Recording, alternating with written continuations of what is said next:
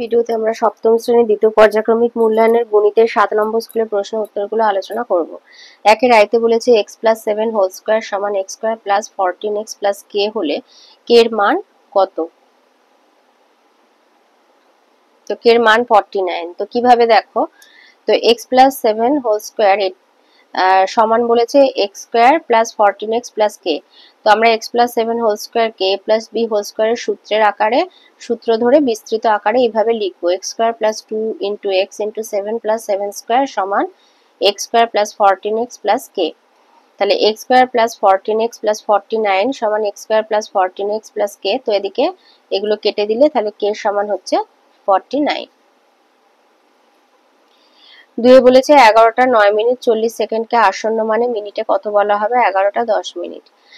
তিনে দিয়েছে 64/147কে কোন ধনাত্মক পূর্ণ সংখ্যা দিয়ে গুণ করলে ভগ্নাংশটি পূর্ণবর্গ হবে? তো 64 উৎপাদকে বিশ্লেষণ করলে হয় 6টা 2, আর 147 উৎপাদকে বিশ্লেষণ করলে হয় 3 গুণ 7 গুণ 7। তো এগুলোকে যদি আমরা বর্গের আকারে নিয়ে যাই তাহলে 2 square into 2 square into 2 square, নিচে হচ্ছে 3 ইন্টু 7 স্কয়ার। তো 3টা হচ্ছে বিজোড়ে, তাই নির্ণয় সংখ্যা হবে 3। 4 দিয়েছে কোনটি ত্রিভুজের সর্বসমতার শর্ত না? এ। 5 বলেছে কোন ত্রিভুজের উচ্চতা সেই ত্রিভুজের একটি বাহুর দৈর্ঘ্য সমান হলে ত্রিভুজটি হবে সমকোণী ত্রিভুজ। 6 দিয়েছে এবিসি ত্রিভুজের এসি কে বৃহত্তম বাহু ধরলে ত্রিভুজটি অঙ্কন করা সম্ভব হবে যদি AB plus BC greater than AC হয়, মানে ক্ষুদ্রতম বাহুর সমষ্টি তৃতীয় বাহু অপেক্ষা বৃহত্তম হয়। 7 দিয়েছে a সমান -6 b সমান 3 হলে a plus b whole square minus a minus b whole square কত? তো a সমান বলেছে আমাদের -6 আর b সমান হচ্ছে 3। তো a সমান লিখলাম -6 প্লাস 3 হোল স্কয়ার মাইনাস দিয়ে আবার এখানে আমরা a মাইনাস b এর জায়গায় লিখলাম -6 মাইনাস 3 হোল স্কয়ার। তো এখান থেকে আমরা পাচ্ছি -3 হোল স্কয়ার, আর এখান থেকে -9 হোল স্কয়ার। তাহলে ঋণাত্মক সংখ্যার বর্গ সবসময় ধনাত্মক হয়, তাহলে -3 হোল স্কয়ার মানে 9, আর -9 স্কয়ার মানে 81 হয়, কিন্তু বাইরে যেহেতু মাইনাস আছে তাই -81, আর 9 এর আগে কোনো চিহ্ন নেই মানে প্লাস। তাহলে দুটো আবার বিপরীত চিহ্ন এইভাবে থাকলে আমরা বিয়োগ করব, আর বড় সংখ্যার আগে যে চিহ্নটা আছে সেটাই বসাবো। তো এখানে মাইনাস আছে তাই মাইনাস হবে, আর 81 থেকে 9 বিয়োগ করলে হয় 72, তাহলে -72। বি এর দাগের উত্তরটা হবে ঠিক। 8 বলেছে a plus b whole square সমান ড্যাশ স্কয়ার মাইনাস 2ab। তো এখানে a plus b whole square বসবে। 2 এর আয়তে দিয়েছে একটা ট্রেনের একজন যাত্রী দেখলেন ট্রেনের একটা প্ল্যাটফর্ম অতিক্রম করতে 15 সেকেন্ড সময় লাগলো। ট্রেনটার গতিবেগ যদি ঘন্টায় 60 কিলোমিটার হয় তাহলে প্ল্যাটফর্মের দৈর্ঘ্য কত? তো ট্রেনের গতিবেগ হচ্ছে ঘন্টায় 60 কিলোমিটার, তো সময় হচ্ছে সেকেন্ডে নিয়ে যাবে, দূরত্ব মিটারে 1 ঘন্টা সমান হচ্ছে 3600 সেকেন্ড, আর দূরত্ব 60টা যেহেতু কিলোমিটারে আছে 60 গুণ 1000 করে মিটারে নিয়ে যাবে, তাহলে 15 সেকেন্ডে যাচ্ছে x মিটার। সময় আর দূরত্ব সরল সম্পর্ক সমানুপাতের আকারে এইভাবে সাজিয়ে নেবে, তাহলে x সমান 15 গুণ 60 গুণ 1000 বাই 3600। তো দুটো দুটো করে শূন্য কেটে দিয়ে আমরা এটা পাচ্ছি 15 গুণ 60 গুণ 10 বাই 36। এবারে আমরা 60 কে কাটলাম 6 দিয়ে 10, আর 36 কে 6। আবার আমরা 3 দিয়ে কাটছি, 15 কে 3 দিয়ে কেটে 5, 6 কে 3 দিয়ে কেটে 2, আর 10 কে 2 দিয়ে কেটে 5, তাহলে 5 গুণ 10। তো এটা হবে 250 মিটার।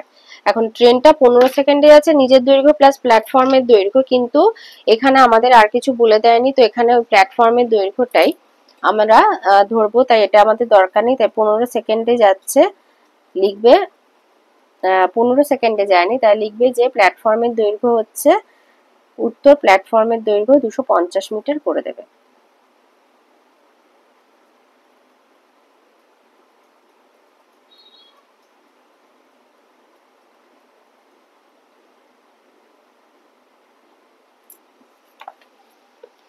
দুইতে বলেছে 30 মিটার দীর্ঘ একটা জমি চাষ করতে 150 টাকা খরচ হয়েছে। জমিটির প্রস্থ যদি 5 মিটার কম হতো তবে খরচ হতো 120 টাকা। জমিটির প্রস্থ এবং ক্ষেত্রফল কত? তো লিখবে যে ধরি জমির প্রস্থ হচ্ছে x মিটার আর দৈর্ঘ্য তো 30 মিটার আছে, প্রস্থ হচ্ছে x মিটার, খালে ক্ষেত্রফল 30x বর্গ মিটার।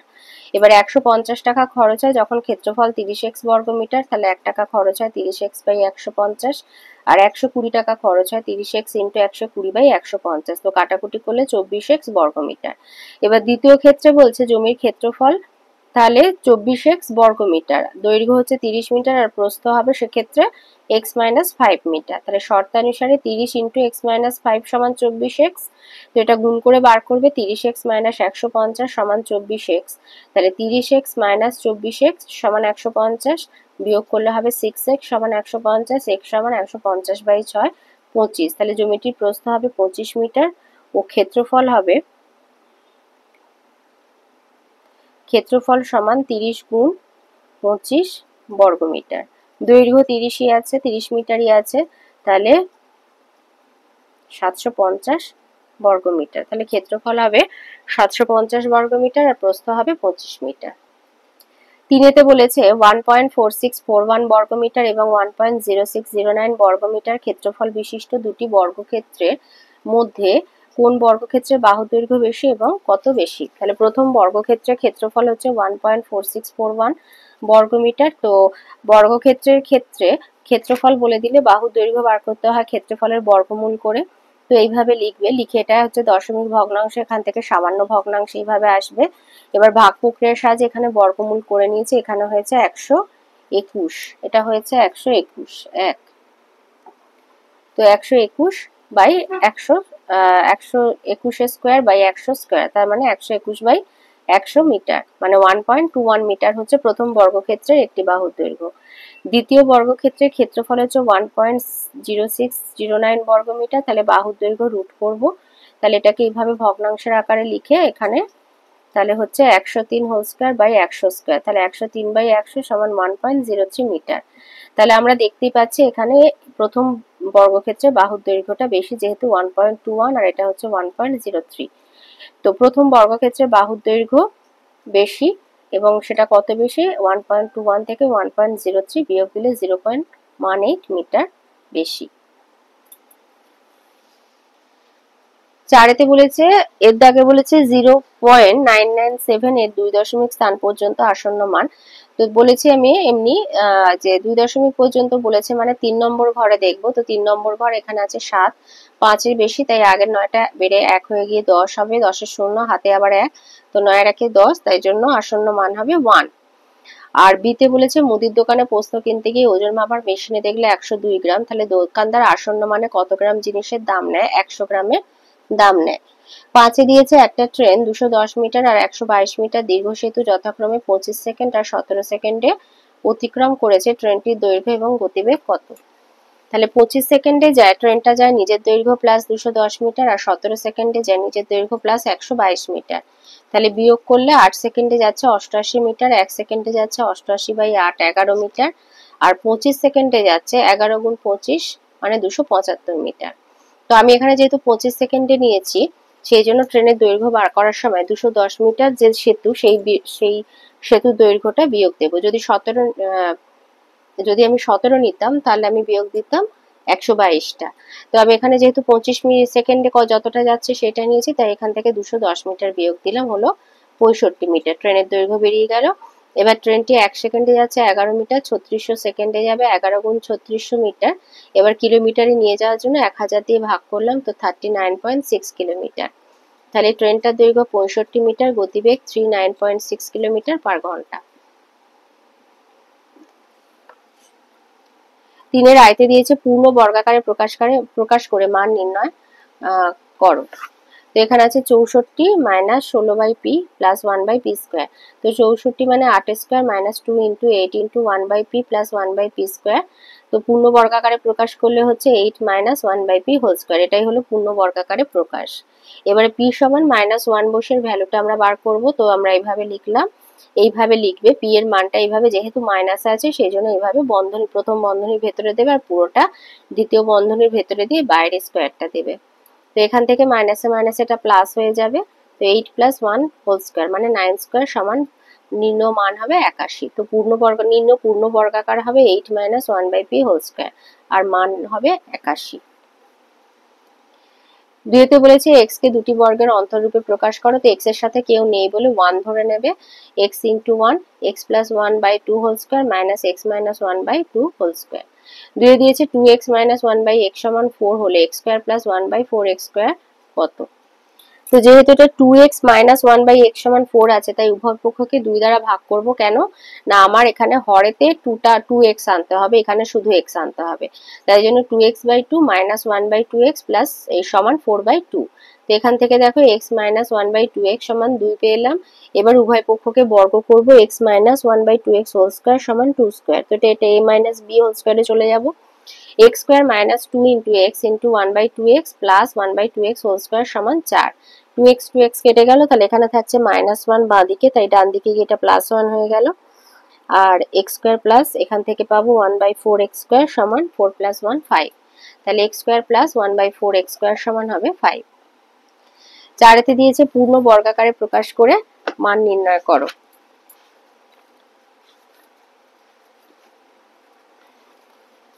এখানে দিয়েছে p square q square minus 10pqr plus 25r square.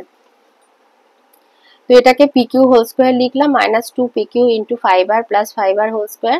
তো pq minus 5r whole square. তো এখানে আমরা p সমান 2, q সমান -1 বসালাম, তাই 2 ইন্টু, যেহেতু এটা -1 এইভাবে লিখবে, আর r এর ভ্যালু দিয়েছে 3, তাহলে -5 ইন্টু 3, আর পুরোটা দ্বিতীয় বন্ধনীর ভেতরে রেখে বাইরে এইভাবে হোল স্কয়ার দেবে। তাহলে এখানে হবে -2 - 15 হোল স্কয়ার। তাহলে এটা হবে -17 হোল স্কয়ার মানে 289। তাহলে পূর্ণ বর্গাকারে প্রকাশ করে পাচ্ছি pq - 5r হোল স্কয়ার, আর নির্ণয় মান হচ্ছে 289।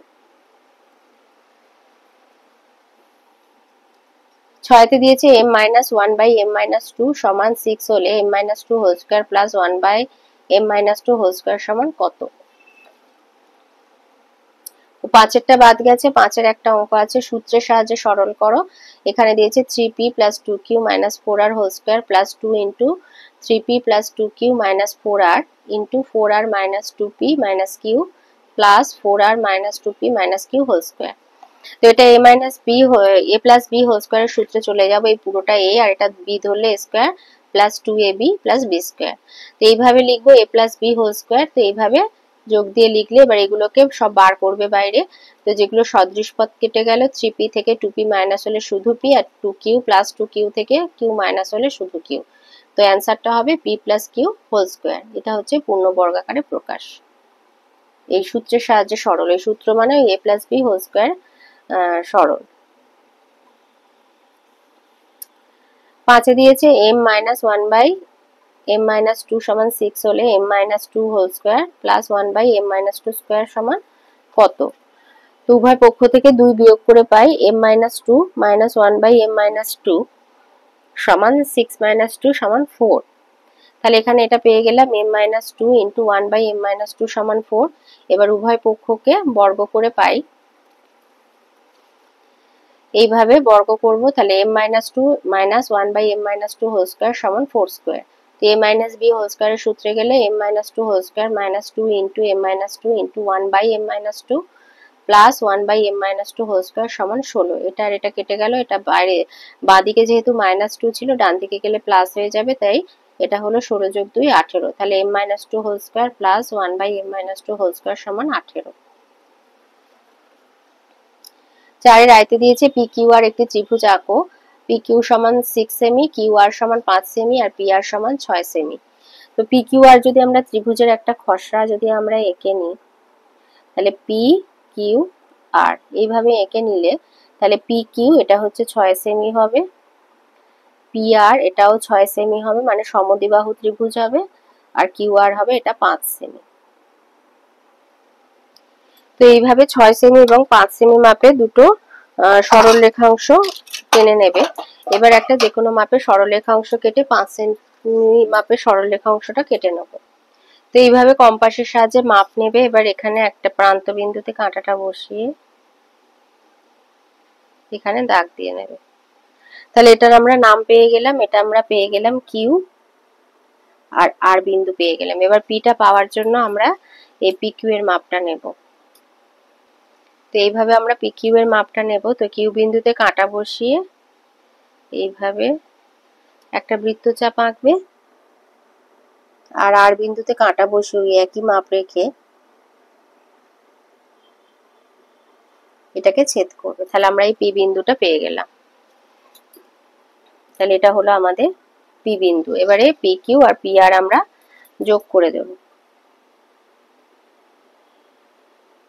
তাহলে আমাদের উপপাদ্য আছে যে যখন কোনো ত্রিভুজে দুটো বাহু সমান হয় তার সেই বাহুগুলোর বিপরীত যে কোণগুলো হয় সেই কোণগুলো সমান হয়। এটা তোমরা এইটে গিয়ে করবে। তো তার মানে এই দুটো বাহু যেহেতু সমান, তো এই কোণ দুটো সমান হবে। এবার আমাদের বলেছে চাঁদার সাহায্যে কোণের মাপগুলো নিয়ে নিতে। এবার ত্রিভুজের তিনটে কোণের মান সমষ্টি ধরো 180 ডিগ্রি হয়।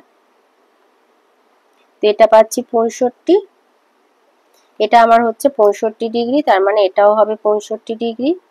তাহলে কোণ পি কিউ আর সমান 65 ডিগ্রি সমান হবে পি আর কিউ 65 ডিগ্রি। অতএব কোণ কিউ পি আর সমান হবে 180 ডিগ্রি মাইনাস 65 ডিগ্রি ইন্টু 2। তাহলে 180 ডিগ্রি মাইনাস, তার মানে এটা হবে 50 ডিগ্রি।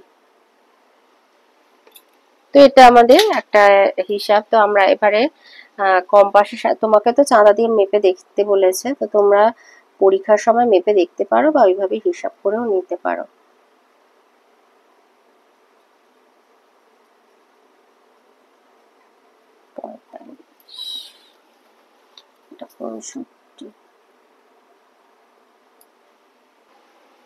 তো এটা লিখে দেবে 50 ডিগ্রি।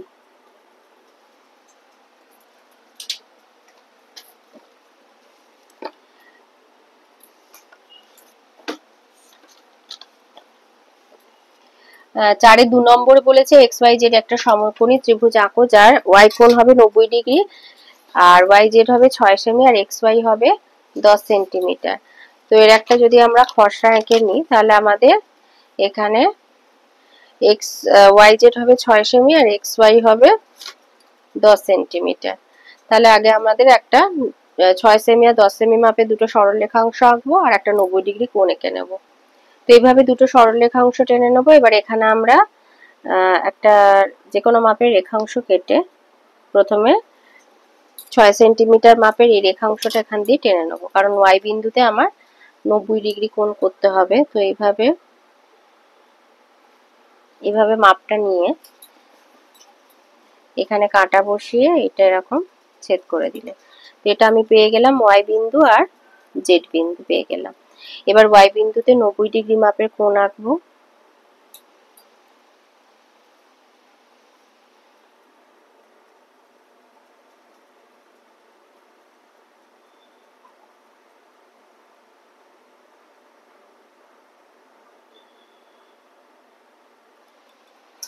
এবার এটা জুড়ে দেব।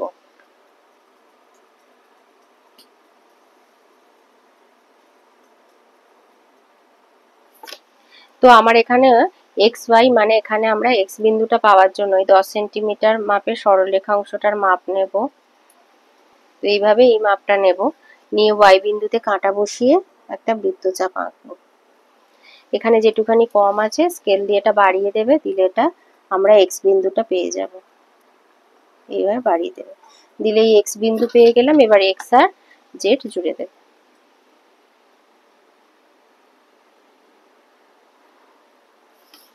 তো এইভাবে এক্স আর জেড জুড়ে দিলে এটা হলো 90 ডিগ্রি আর এক্স ওয়াই হচ্ছে 10 সেমি আর ওয়াই জেড হলো 6 সেন্টিমিটার। আমাদের ত্রিভুজ এক্স ওয়াই জেড সমকোণী ত্রিভুজ তৈরি হয়ে গেল। 5 দিয়েছে কৃষ্ণনগরের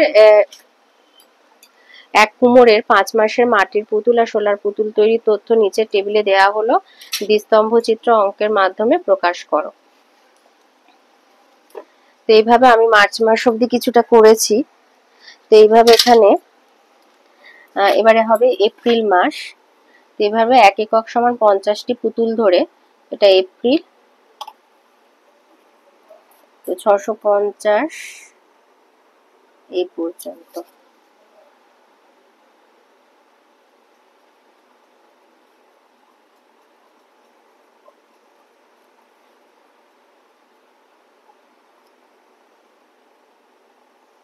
এরকম মোটামুটি একটা দাগ দিয়ে দেবে। এবারে আমরা মে মাসটা করব।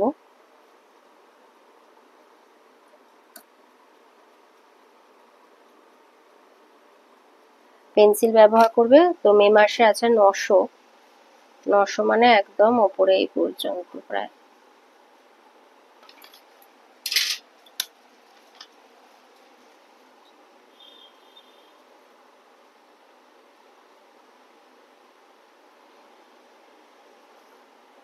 এই পর্যন্ত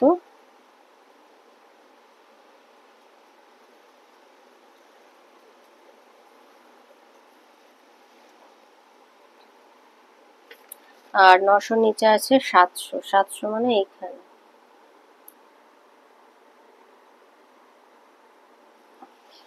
সাতশো এখানে,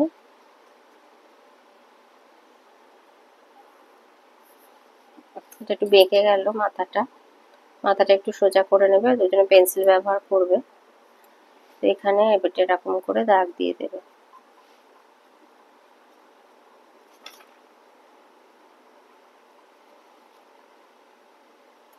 এটা তো পেন্সিল দিয়ে হলে এটা মুছে সিঙ্গেল লাইন করে দেবে। তো এটা হচ্ছে মে মাস। এবার নিচে লিখে দেবে দাগ টেনে, এটা হচ্ছে মাসের নাম, এটা হলো মাস, আর এই পাশে লিখবে পুতুল বিক্রির সংখ্যা।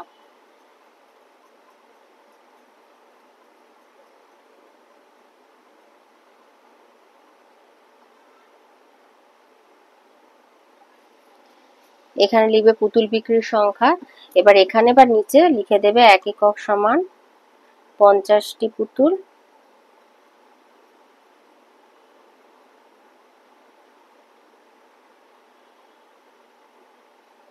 আর এটা হচ্ছে মাটির পুতুল,